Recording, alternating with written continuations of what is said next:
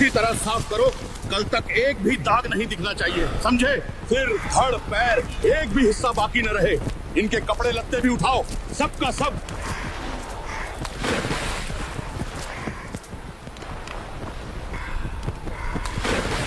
कल सूरज चढ़ने से पहले ये पूरा घाट चमकना चाहिए, ऐसा लगे जैसे यहाँ कभी कुछ हुआ ही नहीं।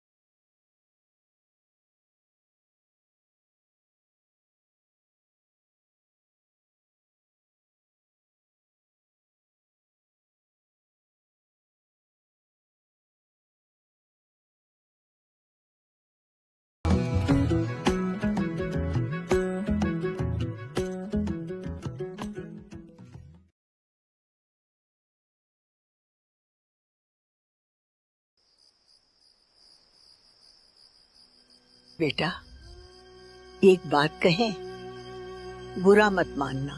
कहो माँ। हमें काशी में रहना है, जब तक सांस चले वहीं रहना चाहते हैं।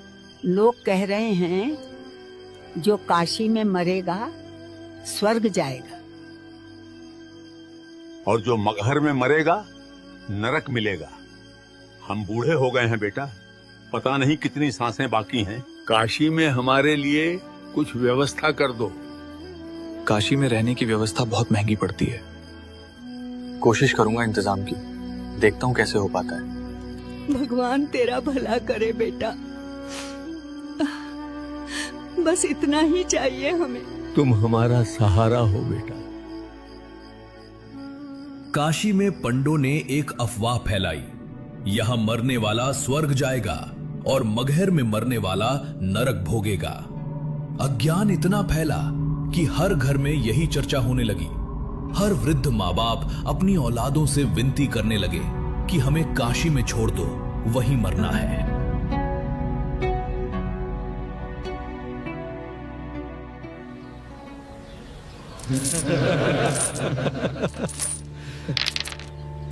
दस वृद्ध और नए आए हैं, क्या आदेश है? अरे देखो देखो, आज तो 10 नए वृद्ध आए हैं। अफवाह का असर देख रहे हो?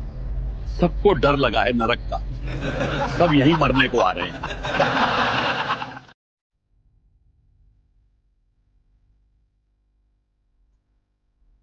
पंडित जी, ये मेरे बुजुर्ग माता पिता हैं। इन पर मेरा बहुत ऋण है। अब ये अपना आगे का समय काशी में ही बिताना चाहते हैं। क्या तुम दक्षिणा लाए हो? हाँ पंडित जी, जितनी आपने मांगी थी उससे थोड़ी अधिक ही है। फिर निश्चिंत रहो, हम इनकी इतनी अच्छी देखभाल करेंगे कि इन्हें घर की याद भी नहीं आएगी। इन्हें हम यजमान नहीं, अपना परिवार मानेंगे। लीजिए पंडित जी, आपकी दक्षिणा। बस खर्चे पानी का ध्यान रखिए हर महीने। धर्म का काम है, रुकना नहीं चाहिए। जी पंडित जी। जैसा आप कहें, अब हम आपकी शरण में हैं।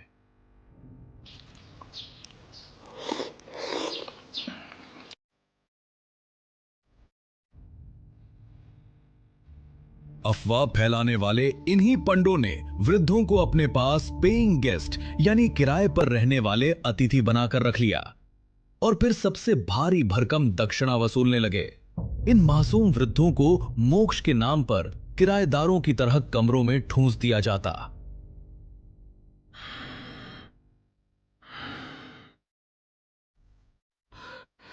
अरे ओ बुढ़े, तुझे जरा भी शर्म नहीं आती? कपड़ों में ही पेशाब कर दिया। क्या मैंने यहाँ कोई दवाखाना खोल रखा है कि तुम्हारी गंदगी साफ करता फिरूं? महाराज, पता ही नहीं चला, शरीर वश में नहीं रहा, गलती हो गई महाराज। पैसे रहने खाने के दिए हैं, गंदगी उठाने के नहीं। अगर अब ऐसा हुआ तो निकाल दूंगा। शांत हो जाइए, इन पर दया कीजिए, ये बहुत बीमार हैं। मैं साफ कर देता हूं। हे भगवान, इन बूढ़ों ने तो जीना हराम कर दिया है, घर को नर्क बना रखा है। सेवा कर रहे हैं तुम्हारी, एहसान मानो, वरना यहां रहने की जगह भी नहीं मिलेगी।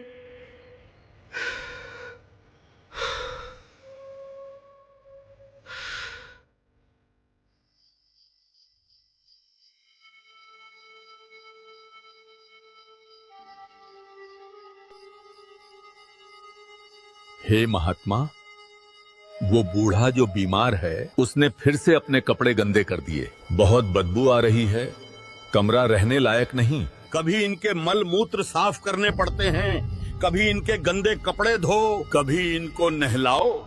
ये तो हमसे पहले ही हमें स्वर्ग भेज देंगे।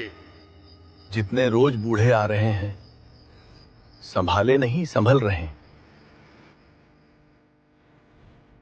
देख, घर में 10-10 वृद्ध जमा हैं, पैसे खत्म पर इनकी सांसें नहीं। अब ये सिर्फ बोझ हैं। जा, नगर के सभी महात्माओं को खबर कर। जी महाराज, अभी गया।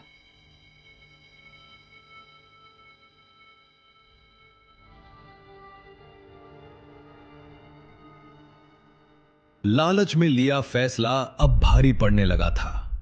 ये लालच उनके गले की हड्डी बन गया, न निगली जाए न उगली जाए। और इस मुसीबत से बचने के लिए जो समाधान रचा गया, वो मानवता पर ऐसा दाग था जो आने वाले समय में एक महाकलंक के रूप में जाना गया।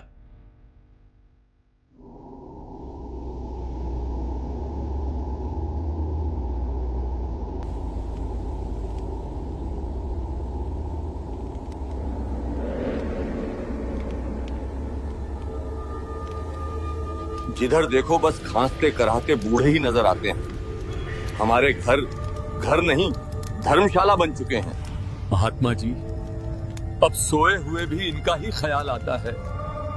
ये क्या आफत मोल ले ली हमने। हाँ, सही कहा, थोड़े से लालच में आकर हमने अपना जीना दुश्वार कर लिया। इससे सुखी तो हम पहले ही थे।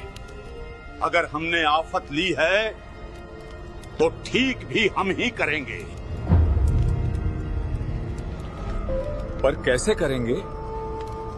ये तो मरने का नाम ही नहीं ले रहे। लेंगे, खुद ही मरने का नाम लेंगे। मेरे पास एक तरकीब है, ध्यान से सुनो।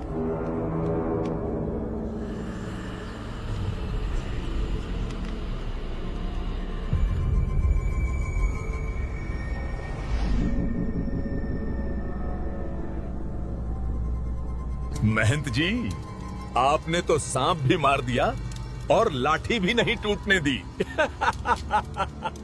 जाएंगे ये स्वर्ग ही, पर रास्ता हम तय करेंगे। कह देंगे ये भगवान का आदेश है। आओ, जितने आना चाहते हो आओ हमारे पास।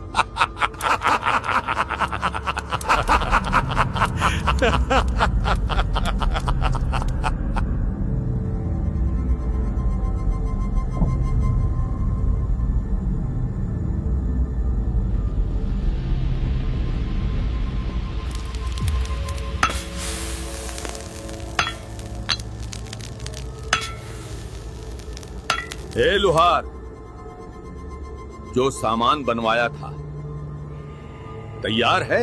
अरे पंडित जी, बिल्कुल तैयार है। जैसा आपने कहा था वैसा ही बनाया है। मजबूत और इतना धारदार कि बस छूते ही काट दे। पर पंडित जी, इतना बड़ा आरा किस काम आएगा? कुछ बड़ा काटने वाले हैं क्या? तू अपना काम कर, ये तेरी मेहनत की कीमत है, रख ले। बाकी आरे से क्या कटेगा ये जानना तेरे काम का नहीं।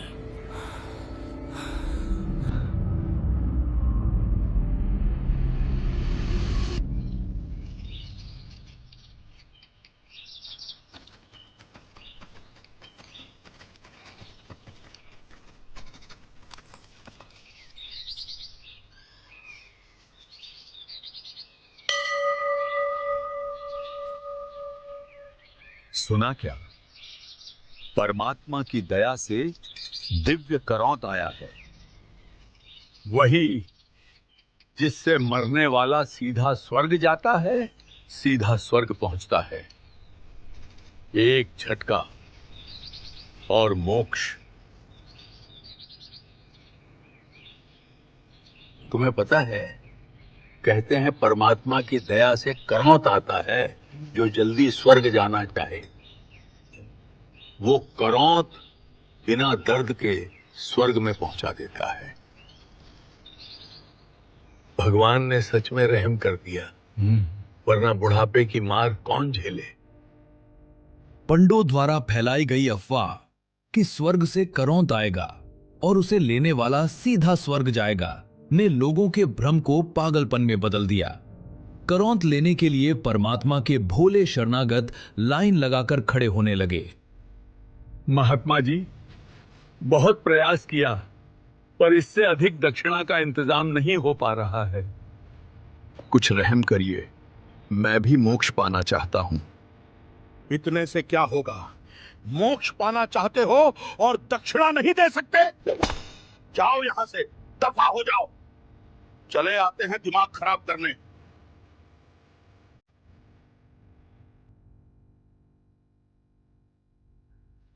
पंडित जी, ये लीजिए, पूरी 50 स्वर्ण मुद्राएं हैं, कोई कमी नहीं है।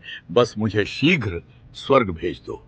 धन्य हैं आप सेठ जी, स्वर्ग के द्वार तो आप जैसे धर्मात्माओं के लिए ही बने हैं। आपका कल्याण निश्चित है। आप आगे जाएं, वहां भीतर मुख्य महात्मा जी खड़े हैं, वे आपकी मुक्ति की प्रतीक्षा कर रहे हैं। बस उस गुफा में नीचे चले जाओ, मोक्ष का द्वार वहीं है।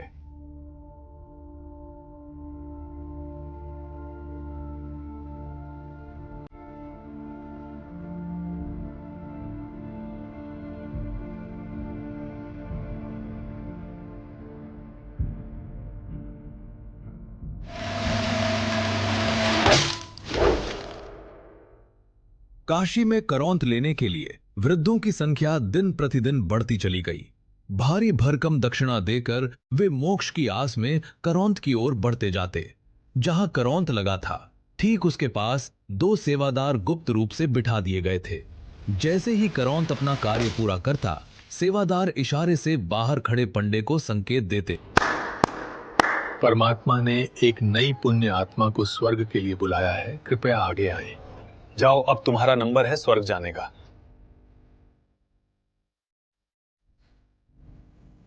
यदि किसी कारण करौंत अटक जाता और अपना कार्य पूरा नहीं कर पाता तो सेवादार फिर से इशारा करते। परमात्मा ने अभी तुम्हें स्वीकार नहीं किया है, कल फिर आना। भगवान तुमसे नाराज हैं। हम फिर से तुम्हारी फरियाद करेंगे, कल जरूर आना। पैसों के लालच ने पंडों को इतना अंधा कर दिया था कि मासूम वृद्धों को जानवरों की तरह काटा जा रहा था और ये सब मोक्ष के नाम पर खुलेआम हो रहा था।